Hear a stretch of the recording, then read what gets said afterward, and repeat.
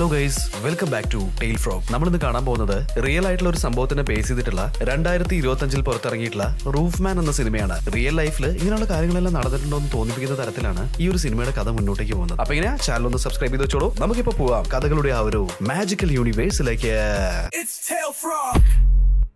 സിനിമയുടെ തുടക്കത്തിൽ തന്നെ അമേരിക്കയിലുള്ള ഒരു മാക്ഡൊണാൾഡ്സ് ഔട്ട്ലെറ്റിന്റെ മുകൾ ഭാഗം കാണിക്കുകയാണ്. ഏതൊരാള് ആ ഒരു ഔട്ട്ലെറ്റിന്റെ ടെറസ് പൊളിച്ചുകൊണ്ടിരിക്കുകയാണ്. ഇവന്റെ പേര് ജെഫ്രി എന്നാണ്. ഇവനാണ് നമ്മുടെ ഈ ഒരു കഥയിലെ നായകൻ. ഹീറോ ഈ ഒരു ഔട്ട്ലെറ്റിന്റെ മുകൾ ഭാഗത്ത് വലിയൊരു ഓട്ടയുണ്ടാക്കിയതിനു ശേഷം അകത്തേക്ക് പോവാണ്. കട്ട് ചെയ്തിട്ടുണ്ടെങ്കിൽ ഇപ്പോ പിറ്റേ ദിവസം രാവിലെ ആയിട്ടുണ്ട്. ഇവിടെ വർക്ക് ചെയ്യുന്ന എല്ലാ എംപ്ലോയീസും കൂടിയിട്ട് ഉള്ളിലേക്ക് വരികയാണ്. റെഗുലർ ആയിട്ട് അവർ ചെയ്തുകൊണ്ടിരിക്കുന്ന കാര്യങ്ങളെല്ലാം അവർ ചെയ്യാനായിട്ട് തുടങ്ങുന്നുണ്ട്. ഇതേ സമയത്താണ് നമ്മുടെ ഹീറോ കയ്യിലൊരു ഗണ്ണൊക്കെ ആയിട്ട് വരുന്നത്. അവനിപ്പോ അവിടെ ഉണ്ടായിരുന്ന എംപ്ലോയീസിനോട് ആ ഒരു ഗണ്ണ് ചൂണ്ടിയിട്ട് പറയാണ്, ഞാൻ പറയുന്നതെല്ലാം അനുസരിച്ചിട്ട് നല്ല കുട്ടികളായിട്ട് നിന്നിട്ടുണ്ടെങ്കിൽ നിങ്ങൾക്ക് പ്രത്യേകിച്ച് ഒരു കുഴപ്പമുണ്ടാവില്ല. അതല്ല എന്തെങ്കിലും ഹീറോയിസം കാണിക്കാനുള്ള പരിപാടിയാണെന്നുണ്ടെങ്കിൽ തീർച്ചയായിട്ടും നെറ്റിയിൽ ഓരോരോ തൊള ഞാൻ ഇട്ട് തരുന്നു പറയാണ്. അതിനുശേഷം എല്ലാവരും ജാക്കറ്റ് ഇടാനായിട്ട് പറയാണ്. എന്നാൽ മാനേജറിന്റെ കയ്യിൽ മാത്രം ഒരു ജാക്കറ്റ് ഉണ്ടായിരുന്നില്ല. ഹീറോ ഇപ്പോ ഇവരെല്ലാം കൂട്ടിയിട്ട് അവിടെ ഉണ്ടായിരുന്ന കോൾഡ് റൂമിലേക്ക് കൊണ്ടുപോകുന്നുണ്ട്. ഇവരവിടെ അടച്ചു വെക്കാനായിട്ട് പോവാണ്. എന്നാൽ ഈ ഒരു സമയത്ത് മാനേജർ തണുത്ത് വരച്ച് നിൽക്കായിരുന്നു. ഇത് കണ്ടിട്ടുള്ള നമ്മുടെ ഹീറോ ആണെന്നുണ്ടെങ്കിൽ അവന്റെ കോട്ട് അഴിച്ചിട്ട് ഈ ഒരു മാനേജർക്ക് കൊടുക്കുകയാണ്. ഇപ്പൊ എല്ലാരെയും ആ ഒരു കോൾഡ് റൂമിൽ പൂട്ടിയിട്ടതിന് ശേഷം അവൻ വന്ന പണി തുടങ്ങിയിട്ടുണ്ട്. നേരെ കൗണ്ടറിലേക്ക് കയറി ചെന്നിട്ട് കിട്ടിയ ക്യാഷുമായിട്ട് അവൻ അവിടെ നിന്ന് എസ്കേപ്പ് ആവുന്നുണ്ട്. എപ്പോഴത്തെയും പോലെ പോലീസുകാര് ഒരുപാട് ലേറ്റ് ആയിട്ടാണ് ഈ ഒരു സംഭവമൊക്കെ നടന്ന സ്ഥലത്തേക്ക് എത്തുന്നത്.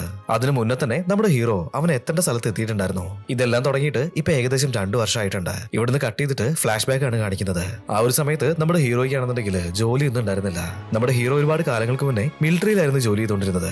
ഇവന്റെ കയ്യിൽ ഇപ്പൊ പൈസയൊന്നുമില്ല. അതുകൊണ്ട് തന്നെ കാര്യങ്ങളൊന്നും മര്യാദയ്ക്ക് മാനേജ് ചെയ്യാനായിട്ട് പറ്റുന്നില്ല. നമ്മുടെ ഹീറോന്റെ വൈഫ് അവന്റെ അടുത്ത് ഡിവോഴ്സും വാങ്ങി പോയിട്ടുണ്ട്. ഇവൻ അവളുടെ കൂടി ഉണ്ടായിരുന്ന കാലത്ത് ഇവർക്ക് 3 കുട്ടികൾ ജനിച്ചിട്ടുണ്ട്. ആ ഒരു കുട്ടികൾക്ക് വേണ്ടിയിട്ട് എന്തെങ്കിലും ചെയ്തു കൊടുക്കണം എന്ന് വിചാരിച്ച പോലും അവനത് സാധിക്കുന്നുണ്ടായിരുന്നില്ല. ഇവരുടെ ആദ്യത്തെ കുട്ടിയുടെ പേര് ബെക്കി എന്നാണ്. അവളുടെ ബർത്ത്ഡേ ആണെന്ന്. എന്നാൽ അവൾക്ക് എന്തെങ്കിലും ഗിഫ്റ്റ് കൊടുക്കാൻ പോലും അവന്റെ കയ്യിൽ ക്യാഷ് ഉണ്ടായിരുന്നില്ല. അതുകൊണ്ട് തന്നെ ഇവന്റെ കയ്യിലുണ്ടായിരുന്ന പഴയ ടോയ്സ് എല്ലാം എടുത്തിട്ട് അത് ക്ലീൻ ചെയ്തിട്ടാണ് അവനിപ്പോ അവൾക്കൊരു ഗിഫ്റ്റ് കൊടുക്കുന്നത്. എന്നാൽ ബെക്കി എക്സ്പെക്ട് ചെയ്തത് അവൾക്ക് പുതിയൊരു സൈക്കിൾ കിട്ടുമായിരുന്നു. അതുകൊണ്ട് തന്നെ ഈ ഒരു ഗിഫ്റ്റ് അവൾക്ക് തീരെ ഇഷ്ടമായിട്ടുണ്ടായിരുന്നില്ല. ഹീറോ ആണെന്നുണ്ടെങ്കിൽ ഈ ഒരു ഗിഫ്റ്റ് കൊടുത്ത സമയത്ത് അവളുടെ മുഖത്തുള്ള എക്സ്പ്രഷൻ ഒക്കെ കണ്ടിട്ട് ഒരുപാട് വിഷമിക്കുകയാണ്. ഇവൻ ആർമിയിൽ ഉണ്ടായിരുന്ന സമയത്ത് സ്റ്റീവ് എന്ന് പേരുള്ള ഒരു ഫ്രണ്ട് ഉണ്ടായിരുന്നു. ഹീറോ ഇപ്പൊ നേരെ അവന്റെ വീട്ടിലേക്ക് പോകുന്നുണ്ട്. എന്നിട്ട് ഇവന്റെ മനസ്സിലുള്ള സങ്കടം മുഴുവനും അവനോട് പറയാണ്, ഞാനൊരു ജോലിക്ക് വേണ്ടിയിട്ട് ഒരുപാട് അലഞ്ഞിട്ടുണ്ട്. പക്ഷെ എവിടെയും എനിക്കൊരു ജോലി കിട്ടുന്നില്ല. ഇപ്പൊ തന്നെ കണ്ടോ, ബെക്കിക്ക് ഒരു ഗിഫ്റ്റ് വാങ്ങി കൊടുക്കാൻ പോലും എന്നെ കൊണ്ട് പറ്റുന്നില്ല. ഇങ്ങനെ ജീവിച്ചിരുന്നിട്ട് എന്താണ് കാര്യമുള്ളത്? അങ്ങനെയുള്ള ഓരോരോ കാര്യങ്ങളൊക്കെ നമ്മുടെ ഹീറോ ഇപ്പൊ പറയാണ്. സ്റ്റീവ് ഇപ്പൊ എന്താ പറയുന്നതെന്ന് വെച്ചിട്ടുണ്ടെങ്കിൽ, നീ ഇങ്ങനെ ജോലി അന്വേഷിച്ച് നടക്കുന്നതിന് പകരമായിട്ട് നിന്റെ കഴിവുകൾ ഉപയോഗിച്ചിട്ട് എന്തെങ്കിലും ചെയ്യാനായിട്ട് നോക്ക്. ഞാൻ കണ്ടെടുത്തോളം നിന്റെ അടുത്തുള്ള ഒരു പ്ലസ് പോയിന്റ് എന്താണെന്ന് വെച്ചിട്ടുണ്ടെങ്കിൽ,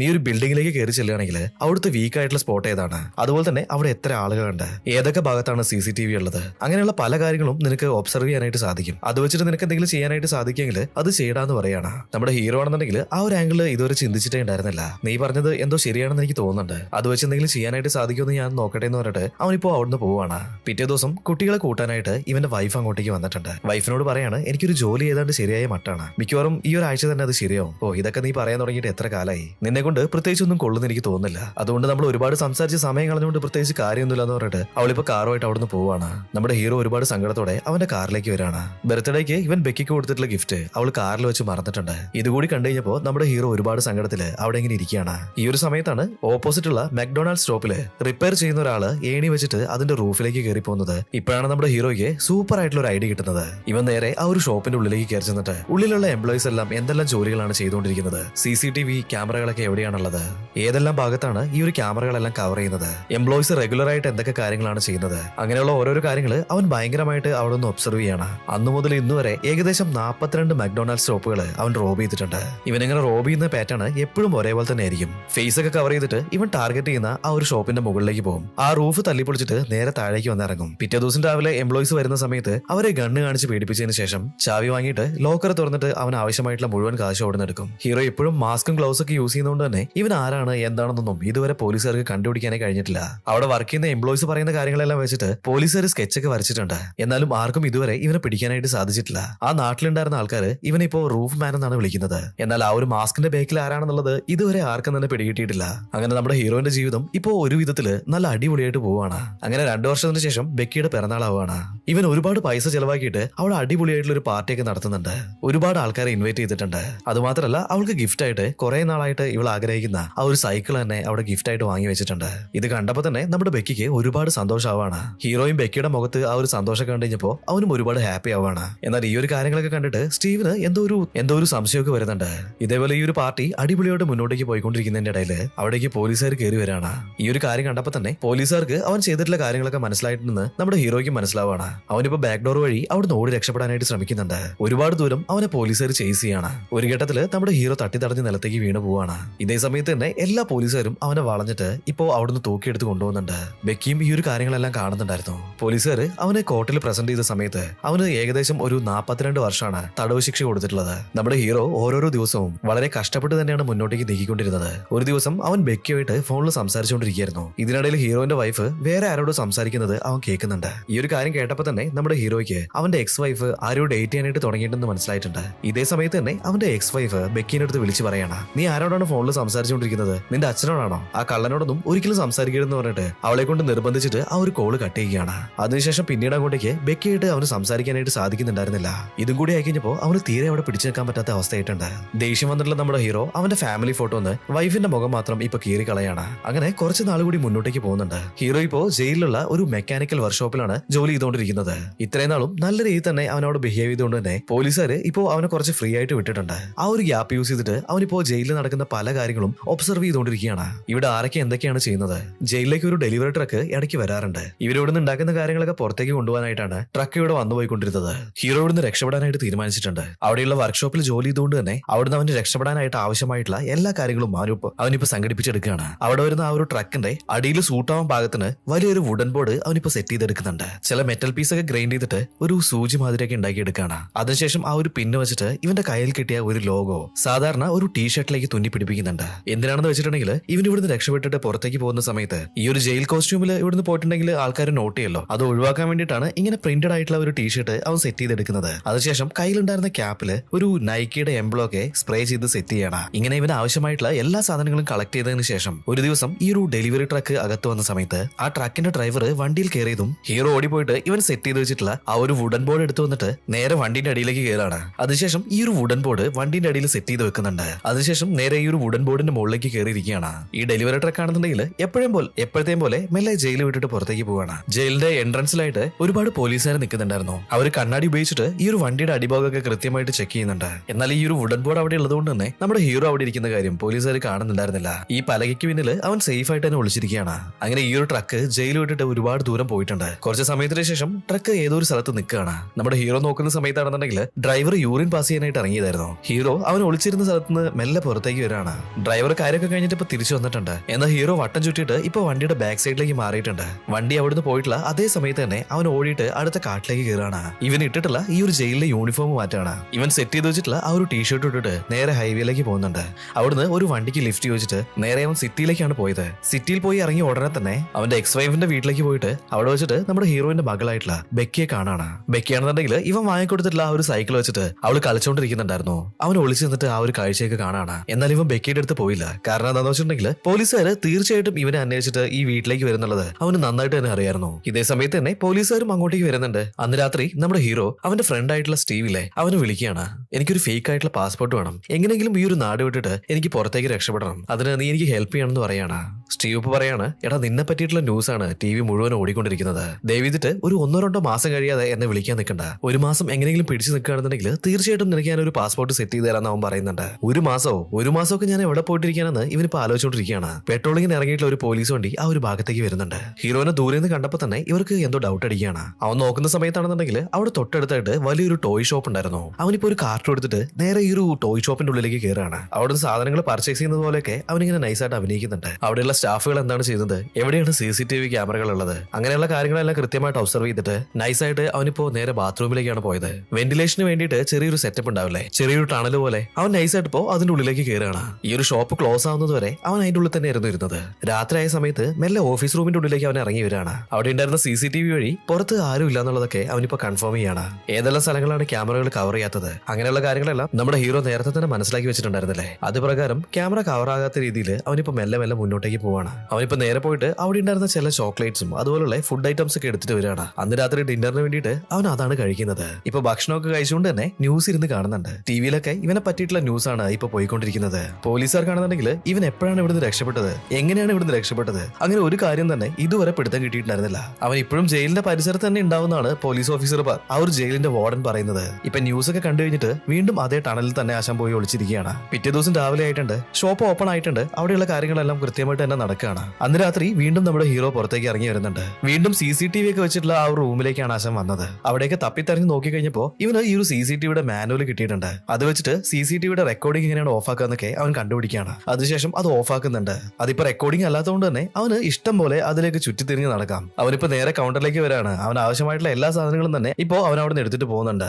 അതുപോലെ തന്നെ മുഴുവൻ ഷോപ്പും ജോളിയായിട്ട് തന്നെ എക്സ്പ്ലോർ ചെയ്തുകൊണ്ടിരിക്കുകയാണ്. ഈ കടയിൽ സൈക്കിളെല്ലാം അടുക്കി വെച്ചിരിക്കുന്ന ഒരു സ്ഥലം കാണാണ്. അവനിപ്പോ മെല്ലെ പോയിട്ട് ആ ഒരു ബോർഡിലൊക്കെ ഒന്ന് തട്ടി നോക്കുന്നുണ്ട്. നോക്കുന്ന സമയത്ത് ഇതിന്റെ ബാക്കിലായിട്ട് ഒരുപാട് എംപ്റ്റി സ്പേസ് ഉള്ളതായിട്ട് അവൻ കാണാണ്. ഈ ഒരു സ്ഥലം അവന് ഒളിച്ചിരിക്കാനായിട്ട് പറ്റിയ ഒരു സ്ഥലം എന്നുള്ളത് അവനിപ്പോ മനസ്സിലാവാണ്. അതുകൊണ്ട് തന്നെ ടോയ്ലറ്റ് പേപ്പർ എല്ലാം യൂസ് ചെയ്ത് അവിടേക്ക് ക്ലീൻ ചെയ്തെടുക്കുന്നുണ്ട്. കടയിലുള്ള ബെഡും കാര്യങ്ങളൊക്കെ എടുത്തിട്ട് അതിന്റെ ഉള്ളിലേക്ക് ഇടുകയാണ്. അതുപോലെ തന്നെ കഴിക്കാനായിട്ട് കുറച്ച് ക്യാൻഡീസും ഡ്രിങ്ക്സും എല്ലാം കൊണ്ടുവന്ന് വെക്കുന്നുണ്ട്. അങ്ങനെ ഈ ഒരു കാര്യമായിട്ടുള്ള സ്പേസ് അവന്റെ ഒരു റൂമായിട്ട് മാറ്റിയെടുക്കുകയാണ്. അങ്ങനെ കുറെ ദിവസം ഒരു പ്രശ്നമില്ലാതെ കടന്നു പോവാണ്. പകല് മുഴുവനും ഇവൻ സെറ്റ് ചെയ്ത് വെച്ചിട്ടുള്ള ആ ഒരു റൂമിൽ നല്ല രീതിയിൽ കിടന്നുറങ്ങും. നൈറ്റിൽ പുറത്തു വന്നതിന് ശേഷം ഈ ഒരു ഷോപ്പ് മുഴുവനായിട്ടും അവൻ ചുറ്റിത്തിരിയും. ഈ ഒരു കടയിലുള്ള പാവകളെല്ലാം വെച്ചിട്ട് നല്ല രീതിയിൽ തന്നെ കളിക്കുന്നുണ്ട്. അങ്ങനെ അവന്റെ സ്ട്രെസ് ഒക്കെ മാറ്റിയെടുക്കുന്നുണ്ട്. ഈ കടയിലുള്ള ബാത്റൂം അവൻ കുളിക്കാനായിട്ട് യൂസ് ചെയ്യാണ്. ഡൊണേഷൻ ബോക്സിൽ നിന്ന് അവന് കുറച്ച് ഡ്രസ്സൊക്കെ കിട്ടുന്നുണ്ട്. അതുപോലെ തന്നെ ഇവന്റെ കേസ് അതിന്റെ അപ്ഡേറ്റ്സും കാര്യങ്ങളൊക്കെ ന്യൂസ് കണ്ടിട്ട് കൃത്യമായിട്ട് തന്നെ ആശാൻ മനസ്സിലാക്കി എടുക്കുകയാണ്. ഇപ്പോഴും ആ ഒരു കേസ് ക്ലോസ് ചെയ്യാതെ പോലീസുകാർ ഇവനെ അന്വേഷിച്ചുകൊണ്ടിരിക്കുകയാണ്. ഇതേപോലെ തന്നെ ഓരോരോ ദിവസമായിട്ട് അടിപൊളിയായിട്ട് തന്നെ കടന്നു പോകുന്നുണ്ട്. ഇതുപോലെ ഇവൻ ഈ ഒരു കട മുഴുവൻ അങ്ങനെ ചുറ്റി നടക്കുന്ന സമയത്ത്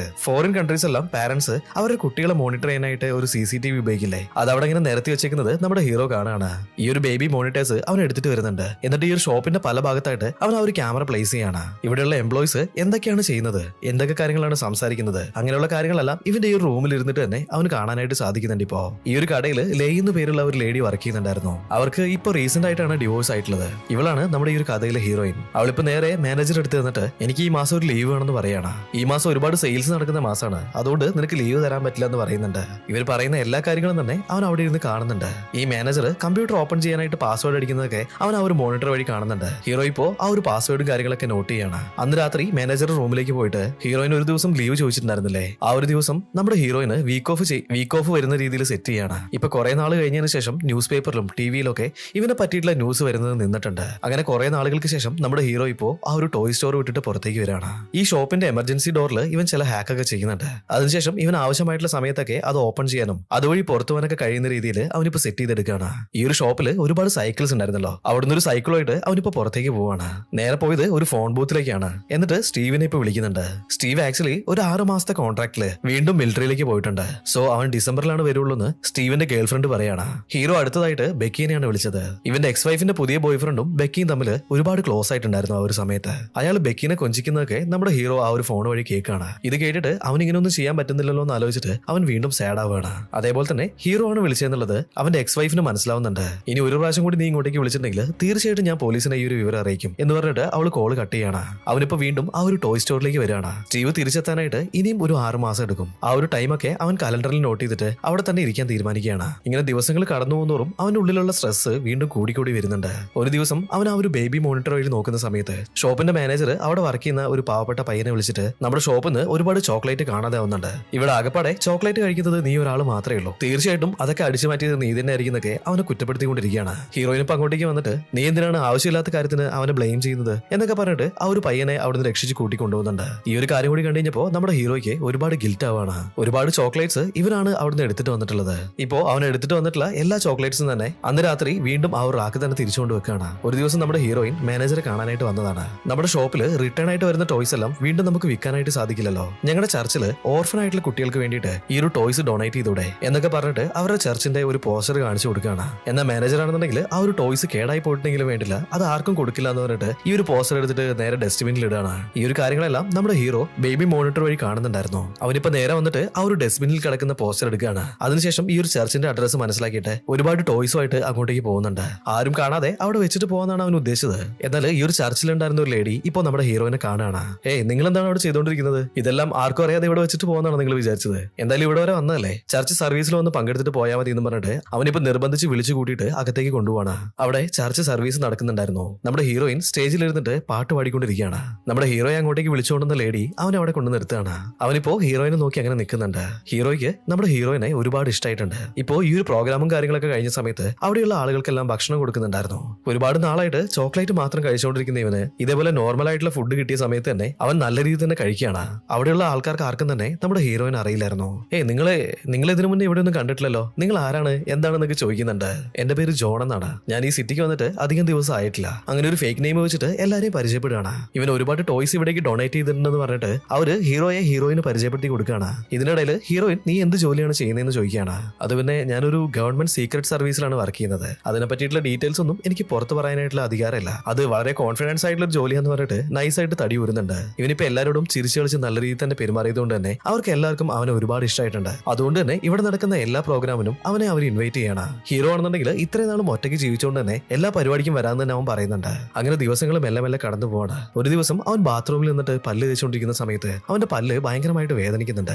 എപ്പോഴും ഇവൻ ചോക്ലേറ്റ് മാത്രമല്ല കഴിച്ചുകൊണ്ടിരിക്കുന്നത്. അതുകൊണ്ട് തന്നെ ഇവന്റെ പല്ലൊക്കെ കേടായി പോയിട്ടുണ്ട്. ഇവൻ ഈ ഒരു ഷോപ്പിലുള്ള ഒരുപാട് ഗെയിംസ് അടിച്ചു മാറ്റാണ്. അതിനുശേഷം വേറൊരു കടയിൽ കൊണ്ടിട്ട് പകുതി റേറ്റിന് അത് കൊടുക്കുന്നുണ്ട്. അങ്ങനെ കുറച്ച് ഫണ്ടും കാര്യങ്ങളെല്ലാം സെറ്റ് ചെയ്തിട്ട് അവന്റെ പല്ല് ഒരു ഡെന്റിസ്റ്റിനെ കണ്ടിട്ട് സെറ്റ് ആക്കി എടുക്കുകയാണ്. അപ്പൊ ഹീറോനെ ലേഡീസ് മാത്രമല്ല ഒരു പാർട്ടിക്ക് വിളിക്കുന്നുണ്ട്. അവിടെ ചെന്ന് നോക്കുന്ന സമയത്ത് പോലീസ് ഡിപ്പാർട്ട്മെന്റിൽ വർക്ക് ചെയ്ത ഒരു ലേഡി ഉണ്ടായിരുന്നു അവിടെ. നമ്മുടെ നാട്ടില് ഇതുമാതിരി സീക്രട്ട് സർവീസ് എല്ലാം ഉണ്ടോ? നീ അവർക്ക് വേണ്ടിയിട്ടാണല്ലേ വർക്ക് ചെയ്യുന്നത്? ഞാൻ ഇതിനെ പറ്റിയിട്ട് കേട്ടിട്ട് പോലുമില്ലല്ലോ എന്നൊക്കെ പറയാണ്. ഹീറോ ഇപ്പൊ പറയാണ് ഇവിടെ മാത്രമല്ല എല്ലാ നാട്ടിലും ഇതുപോലുള്ള സീക്രട്ട് സർവീസുകളൊക്കെ ഉണ്ട്. ഹയർ റാങ്കിലുള്ള പോലീസ് ഓഫീസേഴ്സിന് മാത്രമേ ഈ ഒരു കാര്യങ്ങളൊക്കെ അറിയുള്ളൂ എന്നൊക്കെ പറഞ്ഞിട്ട് അവനിപ്പോ നൈസായിട്ട് അവിടുന്ന് തടി വരുന്നുണ്ട്. ഇവനിങ്ങനെ ഓരോരോ കാര്യങ്ങളെല്ലാം സംസാരിച്ചിട്ട് അവിടെ ഉണ്ടായിരുന്ന എല്ലാവരും തന്നെ നല്ല രീതിയിൽ എന്റർടൈൻ ചെയ്യുന്നുണ്ട്. അതുകൊണ്ട് തന്നെ നമ്മുടെ ഹീറോയിന് അവന് ഒരുപാട് ഇഷ്ടമാണ്. അവളിപ്പോ അവന്റെ അടുത്ത് ഒരുപാട് ടൈം സ്പെൻഡ് ചെയ്യുന്നുണ്ട്. അതിനുശേഷം മെല്ലെ മെല്ലെ രണ്ടുപേരും ഒരു ഡേറ്റിംഗിലേക്ക് വരികയാണ്. കുറച്ച് ദിവസം ഇവര് അങ്ങനെ ഡേറ്റ് ചെയ്യുന്നുണ്ട്. അതിനുശേഷം അടുത്ത സ്റ്റേജിലേക്ക് ഇവരുടെ ഡേറ്റിംഗ് പോവുകയാണ്. ഹീറോയിൻ ഇതുപോലെ എനിക്ക് ഡിവോഴ്സ് ആയിട്ടുണ്ട്, അത് മാത്രമല്ല എനിക്ക് 2 പെൺമക്കളാണുള്ളത്. അങ്ങനെ ഇവളുടെ ഫാമിലിയെ പറ്റിയിട്ടുള്ള ഓരോരോ കാര്യങ്ങളൊക്കെ അവനോടും ഷെയർ ചെയ്യുന്നുണ്ട്. ഹീറോയ്ക്കാണെന്നുണ്ടെങ്കിൽ കുട്ടികൾ എന്ന് പറഞ്ഞിട്ടുണ്ടെങ്കിൽ ഒരുപാട് ഇഷ്ടമാണല്ലോ. അതുകൊണ്ട് തന്നെ എനിക്ക് ഇതിന്റെ മക്കളേക്ക് ഒന്ന് പരിചയപ്പെടുന്നുണ്ട്. ഒരു ദിവസം എന്നെ വീട്ടിലേക്ക് കൂട്ടിയിട്ട് പോകുന്നു പറയാണ്. ഹീറോയിനും ഇവൻ പറഞ്ഞ പോലെ തന്നെ പിസ ഡേറ്റ് എന്ന് പറഞ്ഞിട്ട്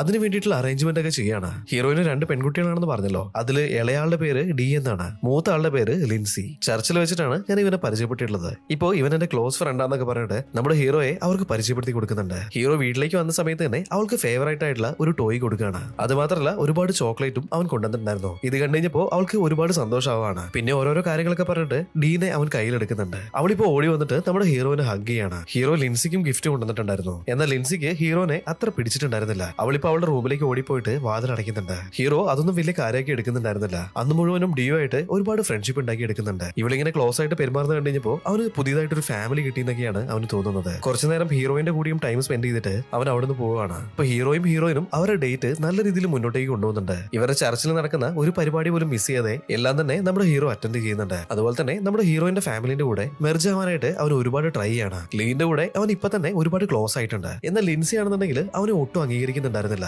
ഹാലോവിൻ ഡേറ്റിൽ വരെ നമ്മുടെ ഹീറോ വളരെ ഡിഫറന്റ് ആയിട്ടുള്ള ഒരു കോസ്റ്റ്യൂമായിട്ട് ഹീറോയിന്റെ വീട്ടിലേക്ക് പോവാണ്. അതിനുശേഷം അവരുമായിട്ട് നല്ല രീതിയിൽ തന്നെ എൻജോയ് ചെയ്യുന്നുണ്ട്. അത്യാവശ്യം അവന് ആവശ്യമായിട്ടുള്ള പൈസയ്ക്ക് വേണ്ടിയിട്ട് ആ ഷോപ്പിലുണ്ടായിരുന്ന ഗെയിംസ് ഒക്കെ അവൻ പുറത്തുകൊണ്ട് വിൽക്കുകയാണ്. അങ്ങനെ ഒരുപാട് ക്യാഷ് ഉണ്ടാക്കിയിട്ട് അത് നമ്മുടെ ഹീറോയിന്റെ ഫാമിലിക്ക് വേണ്ടിയിട്ട് നല്ല രീതിയിൽ സ്പെൻഡ് ചെയ്യുന്നുണ്ട്. ഈ രീതിയിൽ കാര്യങ്ങളൊക്കെ മുന്നോട്ടേക്ക് പോയിട്ടുണ്ടെങ്കിൽ തീർച്ചയായിട്ടും പിടിക്കപ്പെടുന്നൊക്കെ തോന്നുകയാണ്. സോ അതുകൊണ്ട് തന്നെ ഒരു ദിവസം നമ്മുടെ ഹീറോയിനെ വിളിച്ചിട്ട് നമുക്ക് പുറത്തേതെങ്കിലും നാട്ടിൽ പോയിട്ട് സെറ്റിൽ ആയാലോ അങ്ങനെയുള്ള കാര്യങ്ങളൊക്കെ ചോദിക്കുകയാണ്. എന്നാൽ ഹീറോയിൻ ആണെന്നുണ്ടെങ്കിൽ ഇതാണ് ഞാൻ ജനിച്ചിട്ടുള്ള നാട്, ഈ ഒരു നാട് വിട്ടിട്ട് ഞാൻ എങ്ങോട്ടേക്കും വരുന്നില്ല എന്ന് അവള് പറയാണ്. ഒരു ദിവസം നമ്മുടെ ഹീറോ ആണെന്നുണ്ടെങ്കിൽ അവൻ ഇട്ടുണ്ടായിരുന്ന ഡ്രസ്സ് മുഴുവനും കഴുകിയിട്ട് ആ ഷോപ്പിന്റെ ഉള്ളിൽ തന്നെ വിരിച്ചിട്ടാണ്. ഫാനൊക്കെ വെച്ചിട്ട് അത് ഉണക്കാനിട്ടതിന് ശേഷം അവനിപ്പോ കുളിക്കാൻ പോവാണ്. എന്നാൽ കുളിച്ചുകൊണ്ടിരിക്കുന്ന സമയത്ത് ആ ഒരു ഡോർ തുറക്കുന്ന മാതിരി ഒരു ശബ്ദം അവൻ കേൾക്കുന്നുണ്ട്. ഇത് കേട്ടപ്പോ തന്നെ നമ്മുടെ ഹീറോയ്ക്ക് നല്ല രീതിയിൽ പാനിക് ആവാണ്. അവനിപ്പോ മെല്ലെ മെല്ലെ പുറത്തേക്ക് പോയി നോക്കുന്നുണ്ട്. നോക്കുന്ന സമയത്ത് മാനേജർ അന്ന് കടയിൽ സ്റ്റേ ചെയ്യാന്ന് പറഞ്ഞിട്ട് അങ്ങോട്ടേക്ക് വന്നിട്ടുണ്ട്. ഇപ്പോ അവൻ ഹെഡ്ഫോൺ ഒക്കെ വെച്ചിട്ട് പാട്ട് കേട്ടിട്ട് മുന്നോട്ടേക്ക് ഇങ്ങനെ നടന്നു വരികയാണ്. മാനേജർ ഓഫീസിന്റെ ഉള്ളിലേക്ക് പോയ സമയത്ത് നമ്മുടെ ഹീറോ ഓടി വന്നിട്ട് അവൻ ഉണക്കാനിട്ടുണ്ടായിരുന്ന തുണികളെല്ലാം എടുത്തു മാറ്റുകയാണ്. എന്നാൽ ഇതേ സമയത്ത് മാനേജർ ഒട്ടും പ്രതീക്ഷിക്കാതെ അങ്ങോട്ടേക്ക് വരികയാണ്. ഹീറോ ആണെന്നുണ്ടെങ്കിൽ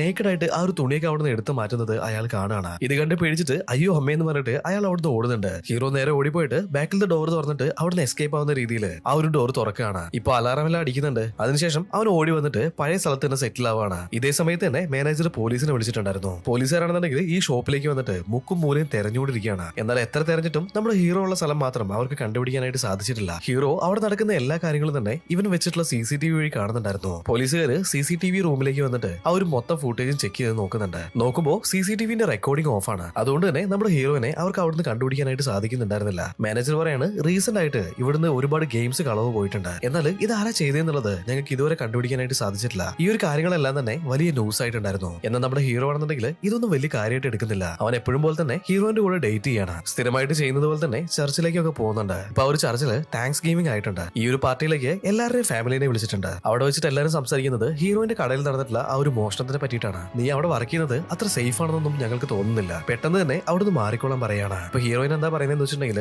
ഇതേപോലെ അടഞ്ഞു കിടക്കുന്ന കടയിലെല്ലാം കയറിയിട്ട് അവിടുന്ന് കുളിക്കാനും ടോയ്ലറ്റ് യൂസ് ചെയ്യാനൊക്കെ ശ്രമിച്ചിട്ടുണ്ടെങ്കിൽ അവന്റെ അവസ്ഥ അത്രയും മോശമായിരിക്കും. ഇതിനെല്ലാം തന്നെ ഈ ഒരു സൊസൈറ്റിയാണ് കാരണമെന്ന് അവളിപ്പോ പറയാണ്. അങ്ങനെ ദിവസങ്ങൾ മെല്ലെ മെല്ലെ മുന്നോട്ടേക്ക് പോകുന്നുണ്ട്. ഹീറോയിന്റെ കണക്ക് പ്രകാരം ഇപ്പോ 6 മാസം കഴിഞ്ഞു പോയിട്ടുണ്ട്. അതായത് നമ്മുടെ ഹീറോയുടെ ഫ്രണ്ട് ആയിട്ടുള്ള സ്റ്റീവ് ഇപ്പോ ആർമിയിൽ നിന്നും തിരിച്ചു വരാനായിട്ടുള്ള സമയമായിട്ടുണ്ട്. അതുകൊണ്ട് തന്നെ ഹീറോയിന്റെ വീട്ടിൽ നിന്നും അവനിപ്പോ സ്റ്റീവിനെ വിളിക്കുന്നുണ്ട്. സ്റ്റീവിന്റെ ഗേൾ ഫ്രണ്ട് ആയിരുന്നു ഈ പ്രാവശ്യം ഫോൺ എടുത്തിട്ടുണ്ടായിരുന്നത്. നീ പറഞ്ഞിട്ടുള്ള മെസ്സേജ് സ്റ്റീവിനോട് ഞാൻ പറഞ്ഞിട്ടുണ്ട്. വരാൻ പോകുന്ന സൺഡേ ഞങ്ങൾ അങ്ങോട്ടേക്ക് വിളിക്കാന്ന് പറഞ്ഞിട്ട് അവൾ കോള് കട്ട് ചെയ്യാണ്. ഇതേ സമയത്ത് തന്നെ ഹീറോയിന്റെ വീട്ടില് ഹീറോയിനും അതുപോലെ തന്നെ ലിൻസിയും തമ്മിൽ ചില കാര്യങ്ങളെല്ലാം പറഞ്ഞിട്ട് ഫൈറ്റ് ചെയ്യാണ്. ഇതിനിടയിൽ ഹീറോയിൻ പറയാണ്, നിനക്ക് ഇത്രയും പ്രായമായില്ലേ, നിനക്ക് എവിടെയെങ്കിലും പോണെങ്കിൽ അവിടേക്കെല്ലാം ഞാൻ കൊണ്ടുവിടണം. നീ ഇൻഡിപെൻഡന്റ് ആയിട്ട് എന്താ കാര്യങ്ങളൊന്നും ചെയ്യാത്തത്, ഇത്രയും പ്രായമായിട്ടും നീ എന്താ ഡ്രൈവിംഗ് പഠിക്കാത്തതെന്നൊക്കെ പറയാണ്. ലിൻസിക്ക് ഹീറോയിന്റെ കാറിൽ ഡ്രൈവിംഗ് പഠിക്കാനായിട്ട് തീരെ താല്പര്യം ഉണ്ടായിരുന്നില്ല. ഇപ്പൊ ഇതിന്റെ ഇടയിലേക്ക് നമ്മുടെ ഹീറോ കയറുകയാണ്. ഹീറോയിൻ പറഞ്ഞത് ശരിയാണെന്നും അതുപോലെ തന്നെ നീ ഡ്രൈവിംഗ് പഠിക്കേണ്ട സമയമായിട്ടൊന്നും അവൻ പറയുന്നുണ്ട്. ഇപ്പോ വഴക്ക് തീർക്കാൻ വേണ്ടിയിട്ട് ഹീറോ പുതിയതായിട്ട് ഒരു കാറ് ടെസ്റ്റ് ഡ്രൈവ് ചെയ്യണമെന്ന് പറഞ്ഞിട്ട് ഇവരെയും കൂട്ടി പോകുന്നുണ്ട്. ഇപ്പൊ ഇവരെ ബാക്കിൽ ഇരുത്തിക്കൊണ്ട് തന്നെ ആ ഒരു കാറ് ഭയങ്കര സ്പീഡിൽ ഓടിക്കുകയാണ്.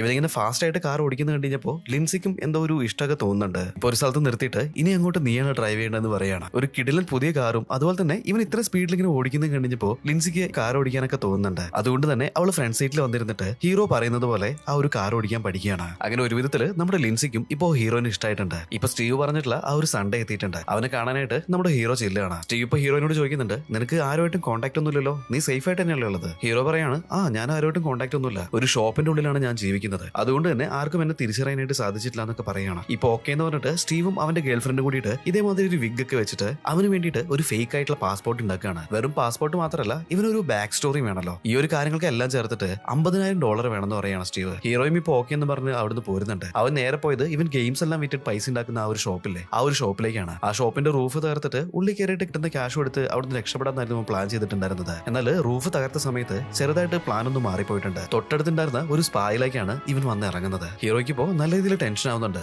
എന്ത് സംഭവിച്ചിട്ടുണ്ടെങ്കിലും പൈസ കൊണ്ട് ഇന്ന് തിരിച്ചു പോകാൻ പാടുള്ളൂ എന്ന് പറഞ്ഞിട്ട് അവൻ ഈ ഒരു കടയുടെ ചുമര് പൊളിക്കുകയാണ്. എന്നിട്ട് ഇവൻ ടാർഗറ്റ് ചെയ്തിട്ടുള്ള ആ ഒരു ഷോപ്പിന്റെ ഉള്ളിലേക്ക് കയറാണ്. ഇവനിങ്ങനെ ചുമര് പൊളിച്ച് കയറിയതുകൊണ്ട് തന്നെ അവിടെ ഉണ്ടായിരുന്ന സെക്യൂരിറ്റി കാര്യങ്ങളെല്ലാം ഇപ്പൊ ഓൺ ആവാണ്. ഹീറോയ്ക്ക് ലോക്കർ തുറന്നിട്ട് ക്യാഷ് എടുക്കാനായിട്ടുള്ള സമയമൊന്നും കിട്ടിയിട്ടുണ്ടായിരുന്നില്ല. അതിഭീകരമായിട്ടുള്ള ശബ്ദത്തിൽ ഇപ്പോൾ അലാറം മുഴങ്ങിക്കൊണ്ടിരിക്കുന്നുണ്ട്. കിട്ടിയ ഗ്യാപ്പിൽ അവിടെ ഉണ്ടായിരുന്ന ഒരു ഗണ്ണുമായിട്ട് അവനിപ്പോ പുറത്തേക്ക് വരുന്നുണ്ട്. ഈ കാര്യങ്ങളെല്ലാം കഴിഞ്ഞിട്ട് ഇവൻ സ്ഥിരമായിട്ട് ഇരിക്കാറില്ല ആ ഒരു ടോയ് ഷോപ്പിലേക്ക് വരികയാണ്. ഇപ്പോ പിറ്റേ ദിവസം രാവിലെ ആയിട്ടുണ്ട്. മാനേജർ അങ്ങോട്ടേക്ക് വന്നിട്ട് സ്റ്റാഫുമായിട്ട് ഒരു മീറ്റിംഗ് നടത്തുകയാണ്. ഇയാൾ എന്തൊക്കെ കാര്യങ്ങളാണ് സംസാരിക്കുന്നത് എന്നുള്ളത് നമ്മുടെ ഹീറോ അവന്റെ മോണിറ്റർ വഴി കാണുന്നുണ്ടായിരുന്നു. മാനേജർ എന്താ പറയുന്നതെന്ന് വെച്ചിട്ടുണ്ടെങ്കിൽ ഇനി വരാൻ പോകുന്ന ഈ ഒരു മാസം നമ്മുടെ സ്റ്റോറിൽ ഒരുപാട് കച്ചവടം നടക്കാനായിട്ട് പോകുന്നുണ്ട്. കാരണം എന്താണെന്ന് വെച്ചിട്ടുണ്ടെങ്കിൽ ഡിസംബർ മാസമാണ് വരാൻ പോകുന്നത്. ക്രിസ്മസും കാര്യങ്ങളൊക്കെ വരുന്നതുകൊണ്ട് തന്നെ നല്ല രീതിയിലുള്ള സെയിൽ ഇവിടെ നടക്കാൻ പോവാണ്. അതുകൊണ്ട് തന്നെ നമ്മൾ കട നേരത്തെ തുറക്കും. മാക്സിമം ലേറ്റ് ആയിട്ടായിരിക്കും നമ്മൾ കട പൂട്ടുക. നിങ്ങളുടെ എല്ലാവരും ഷിഫ്റ്റ് ഞാൻ അതിനനുസരിച്ച് മാറ്റാൻ പോവാണ്. അപ്പോൾ എല്ലാവരോടും തന്നെ അതിനായിട്ട് തയ്യാറായിരുന്നോളം പറയാണ്. ഈ ഒരു കാര്യം കേട്ട് കഴിഞ്ഞപ്പോൾ നമ്മുടെ ഹീറോയും അവന്റെ പ്ലാൻ ഒന്ന് ചെറുതായിട്ട് മാറ്റുന്നുണ്ട്. ഇവൻ ഈ ഒരു ഷോപ്പ് റോബ് ചെയ്യാൻ തന്നെ തീരുമാനിക്കുകയാണ്. അവൻ ഈ ഒരു ഷോപ്പ് റോബ് ചെയ്യുന്ന സമയത്ത് ഹീറോയിൻ ഇവിടെ ഇല്ലാതിരിക്കുന്നതിന് വേണ്ടിയിട്ട് കമ്പ്യൂട്ടറിന്റെ ഉള്ളിൽ അവളുടെ ഷെഡ്യൂളും കാര്യങ്ങളൊക്കെ മാറ്റി വെക്കുകയാണ്. ഹീറോ ഇപ്പൊ എന്താ ചെയ്യുന്നതെന്ന് വെച്ചിട്ടുണ്ടെങ്കിൽ